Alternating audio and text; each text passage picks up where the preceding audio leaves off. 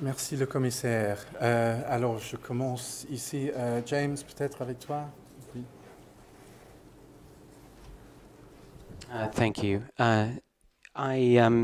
Britain, France, and Germany are among the nations that have been most supportive of sanctions against Russia, given the situation in Ukraine. I wonder, could you give examples in those countries where agriculture markets have been affected, what products and what the damage has been to the sectors in those countries as a result of your recent survey? And in addition, in those countries, could you give examples of how you will try and find ways to redirect the marketing of products to other sources in those countries? Thank you. No, I do not want to talk about a member state or another specifically, because we act and we react on an internal market, and we have an internal market. So I do not see the interest to talk only about a member state or another. The impact on the sector or on a sector or another, or a member state or another, is also very difficult to predict, because you can have a direct impact with some products going from these member states through Russia, but you also can have an indirect impact by a reorientation of some products coming from a member state to another member state by the fact of this interdiction through Russia. So when we talk about internal market, we have to have an action at the level of internal market. And that's why the Commission react very quickly in internal market in order to avoid separate and specific and isolated action in a member state or another. Because with isolated action, the risk is to use more budget for less impact on the market by the fact of the specificity of internal market.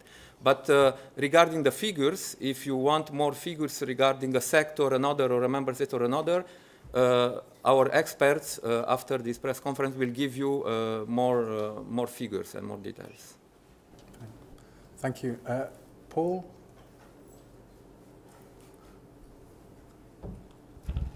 Yep, Paul Hutchison from Agri-Europe. Commissioner, in terms of where the money will come from, are we now only talking about the 2014 crisis reserve, which exists and hasn't been used yet, or are we also looking at the 2015 reserve, which obviously hasn't been agreed yet, but we know the size it will be? And also, will there be an impact possibly on direct payments, because the crisis reserve is eventually, if the funds are not used, is money that from there is put back into direct payments each year? So, you know, we have a regulation, a financial regulation, stated very clear how the Commission have to act in this kind of situation. And of course, the Commission will use all the possibilities that we have in order to react rapidly, very quickly, and to reimburse the member states as soon as the member states come to the Commission with the payments realized in the framework of these measures. So for the rest, these are internal issues regarding how to manage the budget.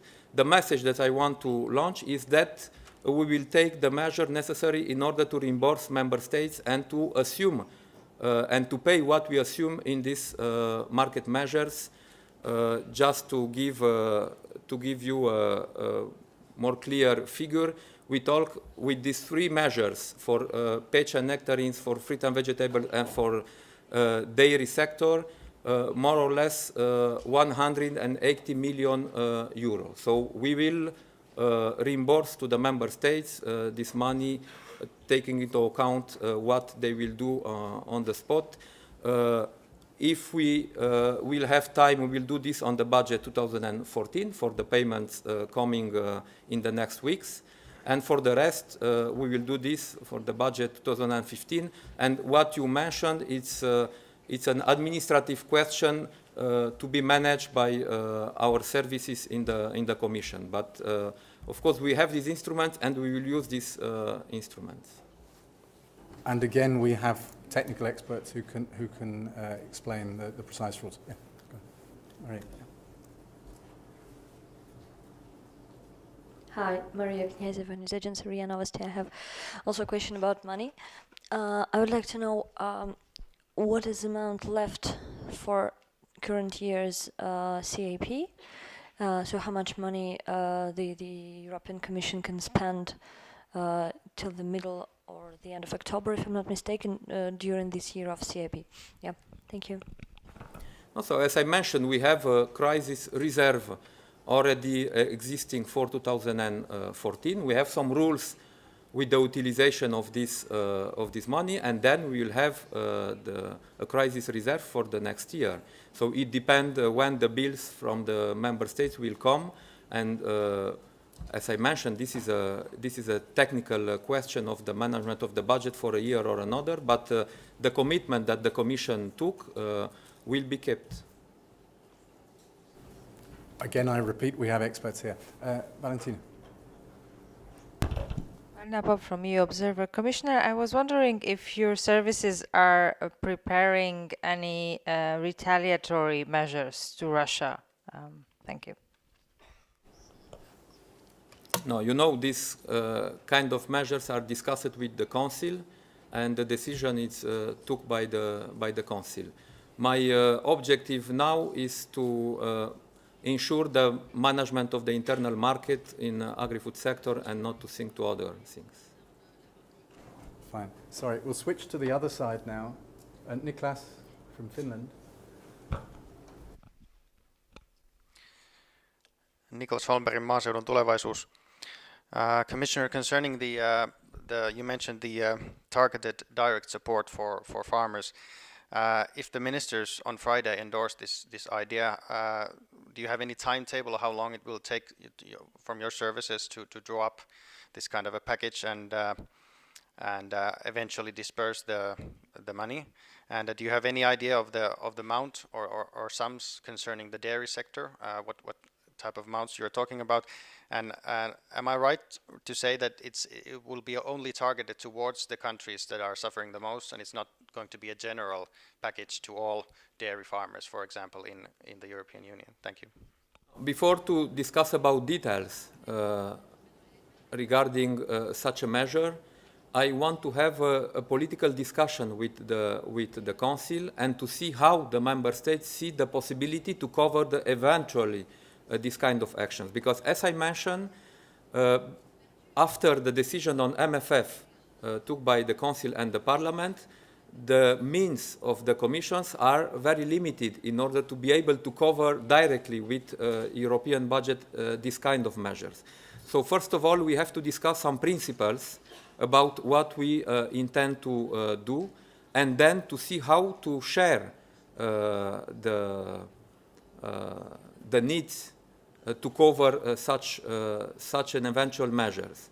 In parallel, I asked to my services to work on a more targeted analysis regarding the sectors and the category of beneficiaries who could be affected by more than others by this Russian ban. But of course, we will need also a more deep analysis coming from the member states, because the member states have the possibility to do this deeper analysis and to come with more concrete elements. But before to discuss about the amount and about the category of beneficiaries, we have to have this discussion, a more general political discussion, to see how to assume this. Because as I mentioned, in the budget, and my colleague, the Commissioner Jacek Dominik, maybe next week will give some elements.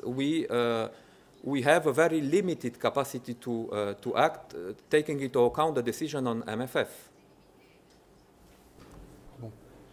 Follow up. Follow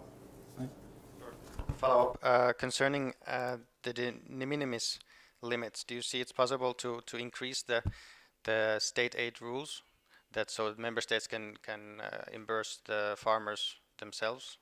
Or do you see this possibility? It's part of the package that I propose in the information note to the member states to be discussed. As you know, the member states already have the possibility to give 15,000 euros for 3 years by operator as de minimis. This is for agricultural sector and for agri-food sector, for agri-food industry. The member states can go until 200,000 euros per holding during 3 years. So we have to see, taking into account the specific situation, whether we need to take this discussion into account or we can find other solutions. Member states can also give some targeted state aids if it is proved that the losses are important for a beneficiary or another. So we will discuss, we put in this note all these elements, all these possibilities in order to be able to have a more concrete discussion. Patrizia.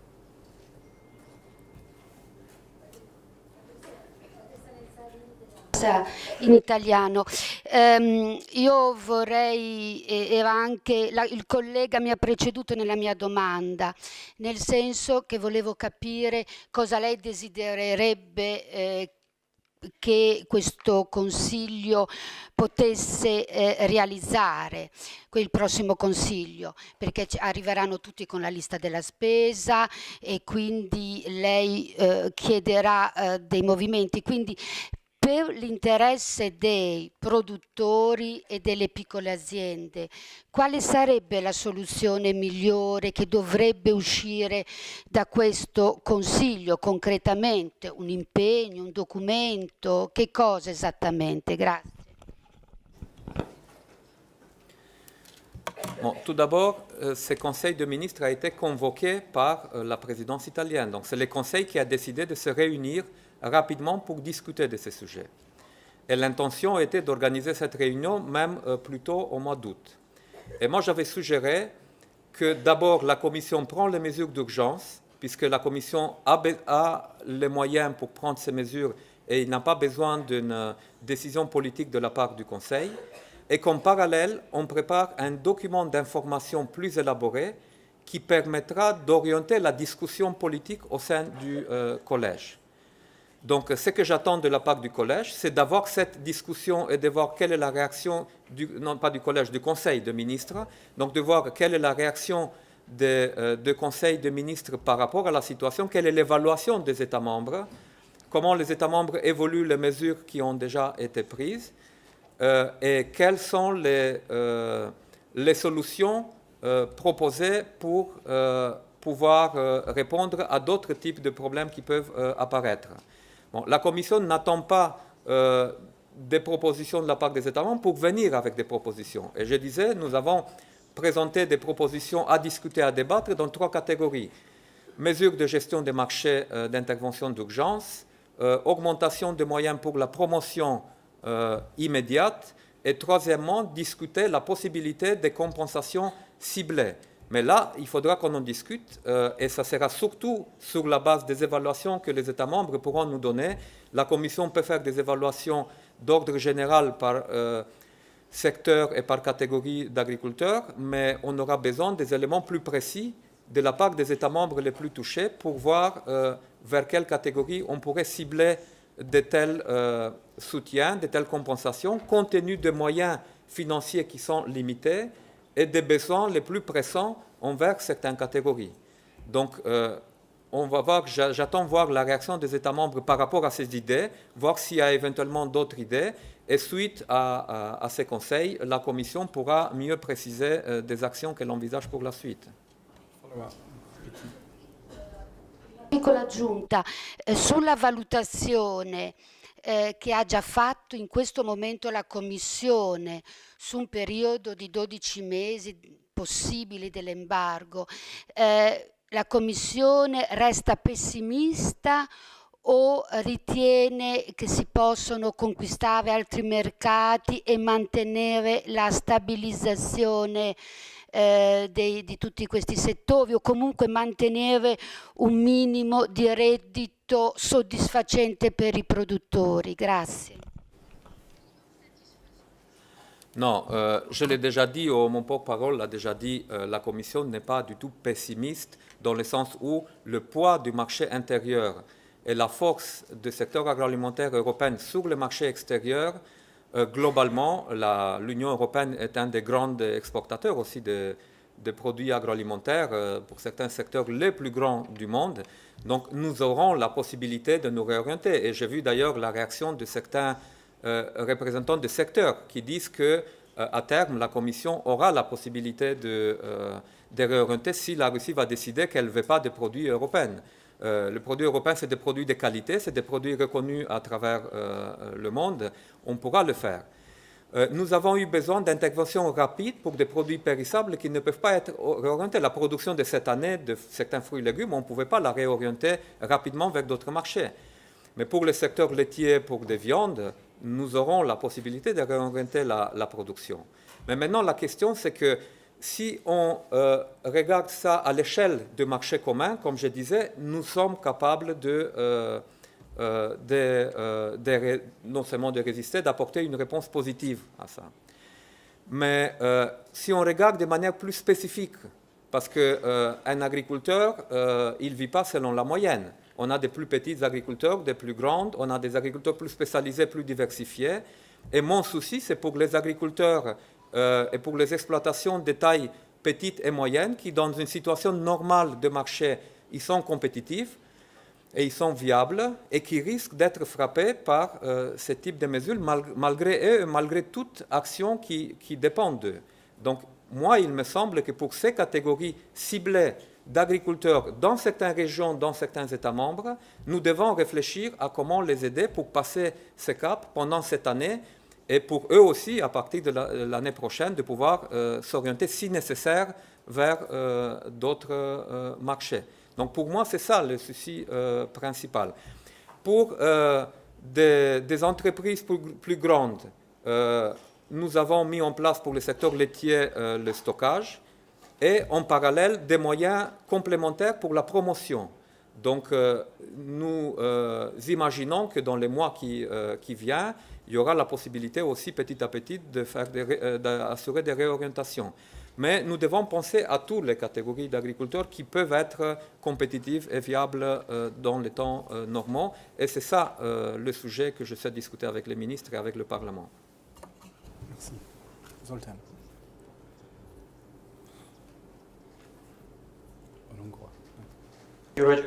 Thank you, Roger. Zoltán Gyévai, Hungarian Press. Commissioner, are you not concerned that the new sanctions, European sanctions, which are being elaborated now, will trigger a new wave of Russian retaliatory measures? And if yes, at which areas are most at risk, according to you?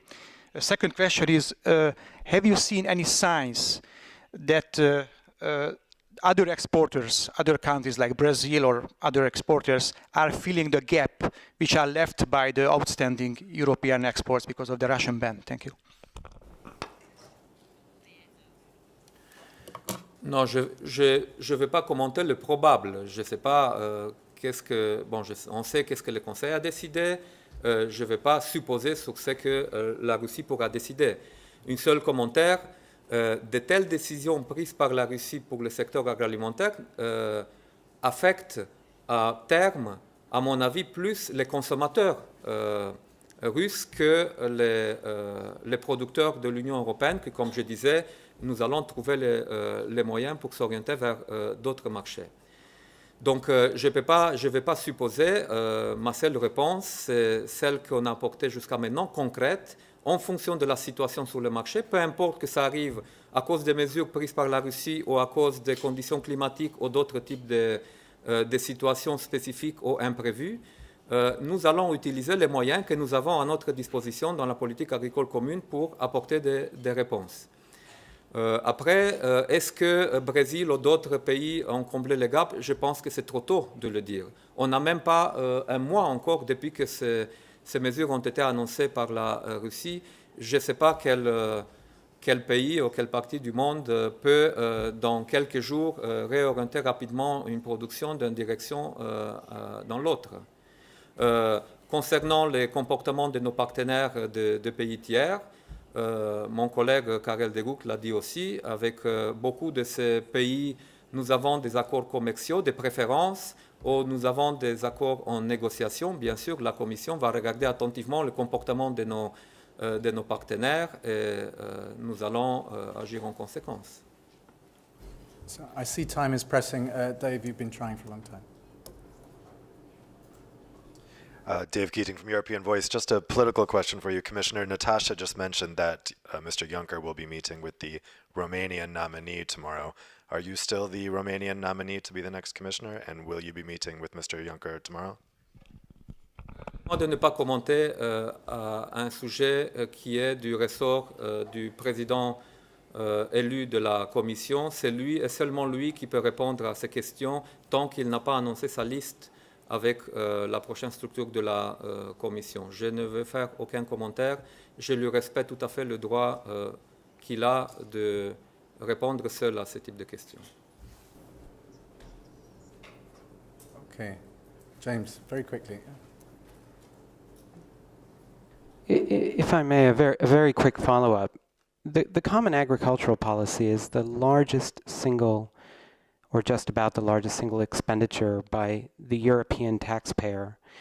Can you please, for us, identify the agricultural sector that has been hardest hit by the Russian sanctions, and at least one or two or three countries where that pain is being felt most profoundly?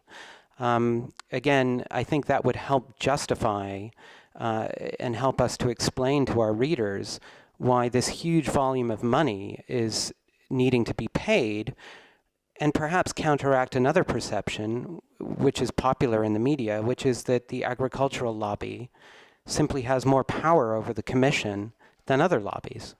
So specific examples, I think, would be what the least that we could expect. Thank you. Non, je vais revenir avec un élément que j'ai présenté à plusieurs reprises pendant les négociations de la réforme et du budget. Oui, vous parlez du poste budgétaire le plus important dans le budget de l'Union européenne pour l'agriculture. Pourquoi? Tout d'abord parce que nous avons une politique commune agricole. Donc, on a moins de dépenses nationales et on a plus de dépenses européennes. Parce qu'on a plus de dépenses européennes, on a moins de dépenses nationales parce que nous avons décidé de mutualiser des budgets nationaux pour l'agriculture et les gérer au niveau communautaire puisque nous avons un marché commun. Donc c'est pour ça que la dépense européenne est plus importante pour l'agriculture, non pas parce que l'Europe dépense plus d'argent pour le secteur agricole que pour d'autres secteurs. Je ne sais pas, pour l'industrie ou la recherche ou la santé ou d'autres secteurs. Mais c'est le seul secteur économique européen pour lequel on a une politique communautaire et donc c'est pour ça qu'on a un budget plus important. Bon, maintenant, pourquoi on a besoin d'agir dans de telles situations? Je vous ai parlé d'un chiffre global, 10% des exportations européennes qui allaient vers la Russie. La Russie, c'est le deuxième partenaire commercial du secteur agroalimentaire européen. Donc 10% qui allaient vers la Russie, mais on a des secteurs pour lesquels un tiers des exportations vont vers la Russie. Les fruits et légumes, le secteur de fromage, le secteur de beurre. Pour le secteur des fruits et des légumes, la production qui n'est pas consommée immédiatement, elle est perdue. Donc si les agriculteurs perdent entièrement leur production puisqu'il n'y a pas d'intervention, l'année prochaine, nous risquons d'avoir des prix plus élevés au niveau européen si nous n'intervenons pas, parce que si les agriculteurs n'auront pas les moyens de reprendre la production pour l'année prochaine, puisqu'ils ont perdu tous leurs revenus cette année, et là il s'agit, je disais, d'un tiers de la production d'exportation, nous risquons d'avoir aussi un impact sur le marché intérieur. C'est pour ça que des interventions rapides coûtent moins cher les contribuables et après les consommateurs que de laisser faire le marché, de ne pas intervenir, et de faire payer les consommateurs l'année prochaine la production plus chère, puisqu'il y aura moins de production, puisque les agriculteurs n'auraient pas pu reprendre leur production. Mais on a pour d'autres secteurs comme les fromages ou le beurre, pour lesquels on peut penser qu'on peut réorienter cette production ailleurs, mais les vaches produisent du lait. On ne peut pas arrêter, on ne peut pas fermer la ferme de vaches laitières pour 3 mois parce qu'on ne peut pas vendre. Donc ce lait doit être trait, doit être transformé, et on doit pouvoir les stocker le temps qu'on puisse trouver d'autres marchés. Pour l'industrie, je ne sais pas, d'autres types de produits industriels, on peut à la limite, ça coûte moins cher que de fermer l'usine pendant quelques semaines et reprendre la production quand on a de nouveaux marchés. On ne peut pas le faire dans l'agriculture, donc là aussi ça nous coûte moins cher plutôt que de détruire des cheptels entiers de vaches laitières, parce que pendant quelques mois on ne peut pas vendre la production, ça nous coûte moins cher de payer le stockage pour une certaine période. Et donc là, pour répondre plus précisément, le secteur fruits et légumes, le secteur production fromage, le secteur beurre, donc le secteur laitier en général, et on suit attentivement aussi le secteur viande pour voir l'évolution, ce sont les secteurs qui risquent d'être les plus touchés, puisque un tiers de l'exportation européenne était ciblé vers la Russie. Les États membres les plus touchés sont évidemment des pays de l'Est et du Nord, qui sont des partenaires traditionnels de la Russie. Là, je n'oserais pas citer, parce que si je cite certains, je dois citer après d'autres. Mais dans la note que nous présentons au Conseil, vous allez voir des graphiques, vous allez voir des chiffres et vous pouvez prendre les données. Mais c'est les pays baltes, les pays de l'Est, les pays du Nord aussi, et je disais certains pays du Sud qui sont des grands producteurs de fruits et de légumes, qui sont aussi parmi les plus touchés. Et à l'intérieur de ces pays, on a aussi certaines catégories d'agriculteurs qui sont plus touchés que d'autres, puisqu'il y en a certains qui ont orienté leur production de manière spécifique vers l'exportation vers la Russie. C'est pour ça qu'on doit, quand on parle des éventuelles compensations, on doit regarder au cas par cas pour bien cibler le soutien.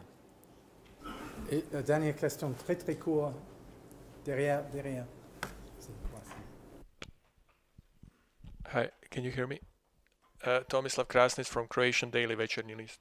What are the chances of a list of EU producers of perishable fruits being expanded? There were some requests, or at least in the media, that producers of mandarin oranges or mandarins in Croatian Adriatic coast are affected by Russian sanctions, and that they might need support measures like the producers of nectarines and peaches. Thank you.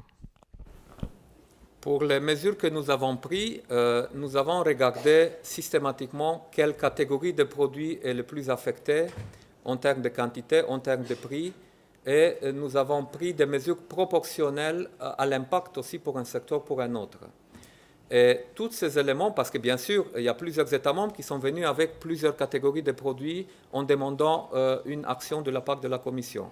Mais comme je disais, nos moyens étant limités, nous devons regarder là où il y en a plus besoin. Et chaque fois qu'il y a eu des demandes de la part des États membres pour un secteur ou pour un autre, nous les avons discutées dans les comités de gestion qui s'organisent chaque semaine depuis le début août. Donc chaque semaine, les États membres qui ont des données concernant les situations sur le marché pour un secteur ou pour un autre présentent ces données au sein des comités de gestion, et après il y a des décisions qui sont prises spécifiquement pour un secteur ou pour un autre.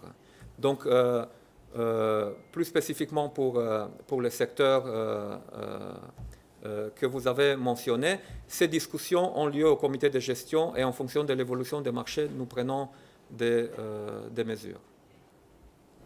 Okay, thank you very much, Commissioner. I'm very sorry, time is up. There are experts here if you want more technical questions, and thank you very much to all the interpreters. Thank you.